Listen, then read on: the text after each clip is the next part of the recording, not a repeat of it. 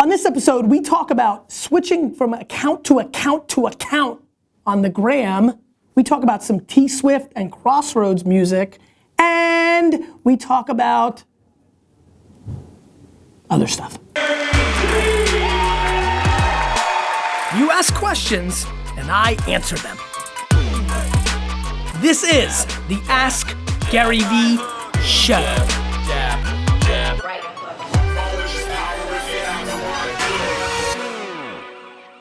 What's up, everybody? This is Gary Vaynerchuk, and this is episode 67 of the Ask Gary V Show. Feeling a little bit better from my post-Super Bowl meltdown mentally. That being said, I don't know if you guys caught this, and I think that's some,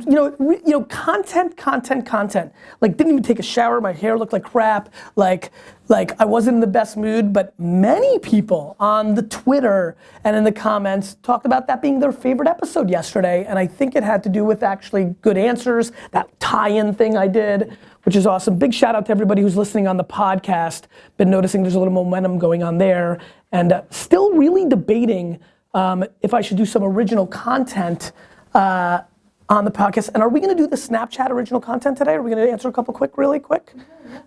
Whether it's today or not, maybe tomorrow. Let's do tomorrow. 68 feels. Let's wait for episode 68 to do something special, because I think that we're gonna start doing some original answers just on Snapchat stories. So follow me on the Snapchat, and I'm excited about that. So we continue to innovate.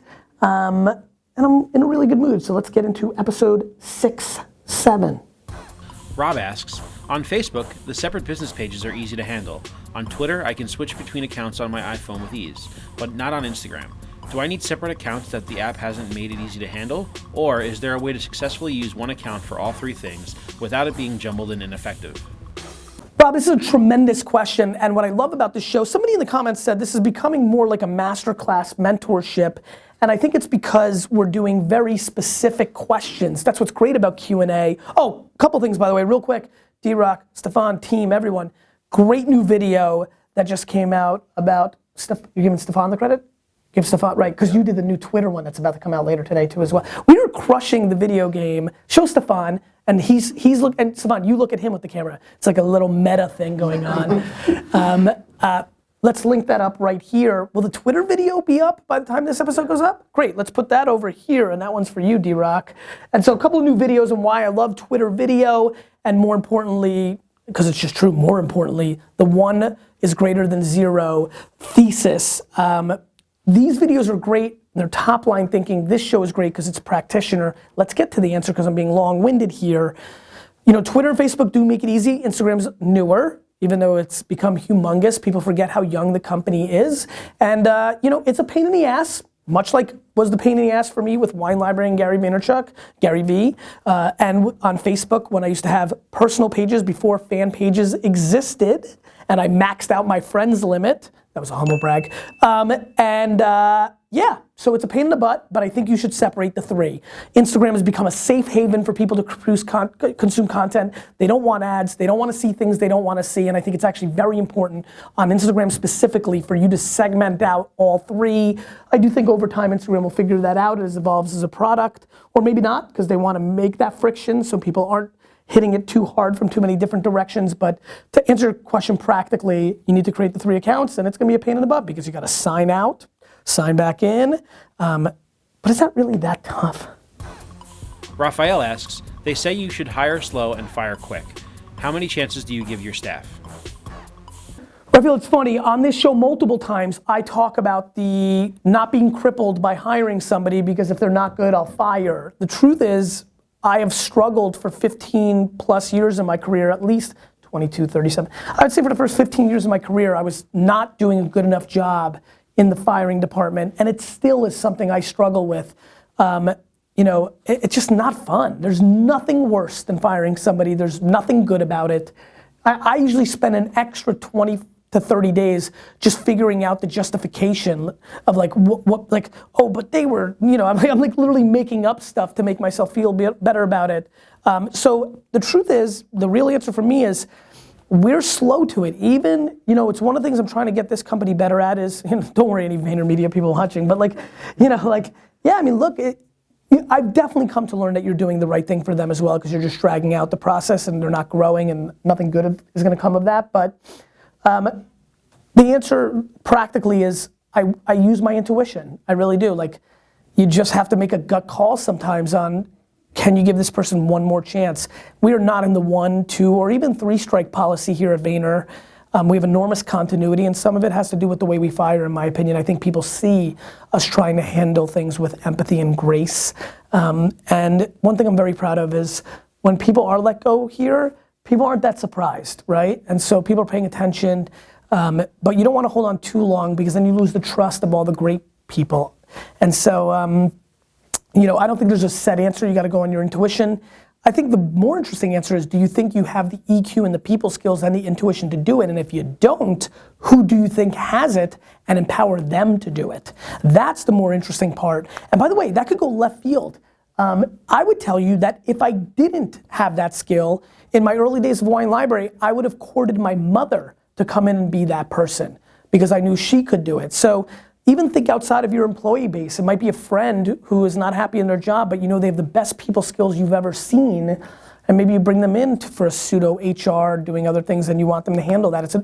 The firing process is immensely important in every organization, one that I don't think people put enough emphasis on, and there's a lot of angles. It's not just firing fast, it's not just not firing, it's how you fire.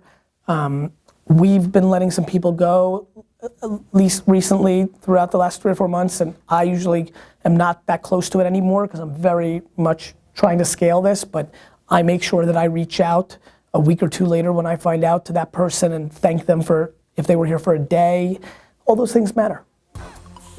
Ashley asks, do you think brands need to be represented across all social platforms, or just the most popular ones? Ashley, good job by the double enforcement, because you put up the Instagram, but you also hit me up on Twitter and said, yo, answer my question. I like that gusto. Way to get it, girl. I do not think that every brand and business should be on every platform. I actually don't also think that they should be just on the popular ones. If you do not know how to communicate, or your audience is not there, for example, if you sell if you sell adult diapers, I would argue that Snapchat is not gonna kill it for you, even though it is massively popular, right? If you sell selfie sticks that are only made, that are pink and only marketed to 15-year-old girls, Facebook's starting to become a place where you can debate is not really for you. And so I think you need to be in the right place, regardless of its size. Yik Yak's not the biggest, but I think a lot of college campus pizza shops should be all in on that, right? So it's not the size of the platform. Something funny about that. It's not the size of the platform, and it's definitely not on everything. It's what's right for your business based on who you're trying to reach. And so if you're looking to try to reach 60-year-old gray-haired business executives, you gotta look at LinkedIn with a much more crucial eye than on Instagram. If you're trying to reach 25 to 45-year-old women, now you get into the Instagram, Facebook game for sure, and a little bit less Twitter, definitely Pinterest as well. So if you're trying to reach 28-year-old dudes, Pinterest not as much, right? So you've got to understand the demo. You've got to reverse engineer the demo you're selling to or you're aspiring to sell to, and that's where you need to storytell, around the attention graph of that person predicated on the platform that most matters. Jonathan asks, I import wines from Italy and sell via ecomm and through distributors. Currently focusing on obtaining new distribution and have fallen behind on the ecomm side. Question, what percentage of my time should be split between each side of the business, and what's a good way to balance the two? Jonathan, it's interesting. I'm trying to give a general answer to the whole market, but I know your business so well. When you're importing, I don't know what state you're in, but when you're doing e-commerce, are you selling to the end consumer? Because you can't do that in New Jersey or New York. Are you in a state, maybe he's in California, and Kermit Lynch, I think, does do that. So I think he can. I think in California, I was about to say that, thanks, India. In California, because Kermit Lynch does this, you're able to actually sell to the consumer and also sell to distributors. To me, if you can sell e-commerce 100%, you're no dope. You're making 50 cents more on every dollar by selling that way than selling to distributors. But what you know is you're not that big, and you're not necessarily a retailer by trade, and it takes a lot of money and skill to be able to be a good retailer to sell enough where the distributors are giving you the buying power. So my strategy for you, this is now I'm giving you as black and white strategies I've given on the show's history. You know, 80% to the distributors, 20% of your time, energy, and money to the consumers. Once you get that established, you spend every minute to turn that into 70-30, 60-40, 50-50, 60-40, 70-30, 80-20, 90-10, maybe 80-20, right? Because you want to get some restaurants and key retailers to bring some awareness to it. And for everybody who's watching, the reason I'm giving him that advice is he just makes more money if he sells it direct. He's also far more in control. Where you sell to distributors, they're maybe giving a deal to a retailer, that retailer sells it cheap, and then all of a sudden screws up the pricing in the market. And so that's the answer. And by the way, before you're done editing here, D-Rock, I know you're kind of mentally on the next one. Let's turn this show into more tangent. Like, that was fun. That was super specific. And I'm good enough to try to make it general because I gave a thesis there of like when you control it versus when you don't. But like, I'm super pumped if you want to go on the Instagram, and this is how you give a question. Let's put a link up here because I want more Instagram photos to get on the show, to ask a question.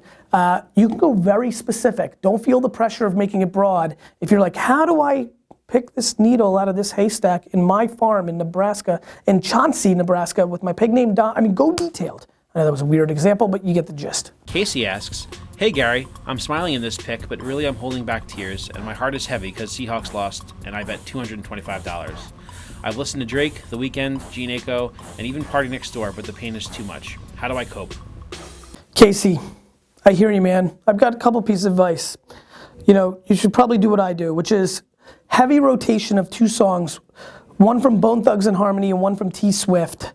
Put those on loop, back and forth. Go about 17 T Swift, 7 Crossroads, you know, 7 more T Swift, like, you know, kind of like 17, 7, 7, 7. Sevens are good. Listen to them on repeat, drown your sorrows. Then take the pain and put in this very special compartment, right? Put the pain in a compartment and build on that pain. Every time you have pain, put it in there and let that be an engine for the revenge that you will strike against your enemies. That's what I'm doing in football.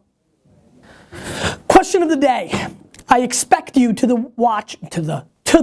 leave it, D-Rock. I expect you to watch the 1 is greater than 0 video, and I would like you to critique it. Give me your 2 cents on the 1 is greater than video in the comment section. And by the way, I do appreciate the critiques. Something that I brought this up once before, something that happened on Wine Library TV that is not happening on the Ask Gary Vee show is people were not so listening to just answer the question of the day. They were also critiquing the show, going a little deeper into questions. I'd like to see that compound a little bit more in the community. So take that into consideration. Hardcore Vayner Nation people. As a matter of fact, what about, do we have the wristbands? We have the Vayner Nation wristbands, the green ones, right?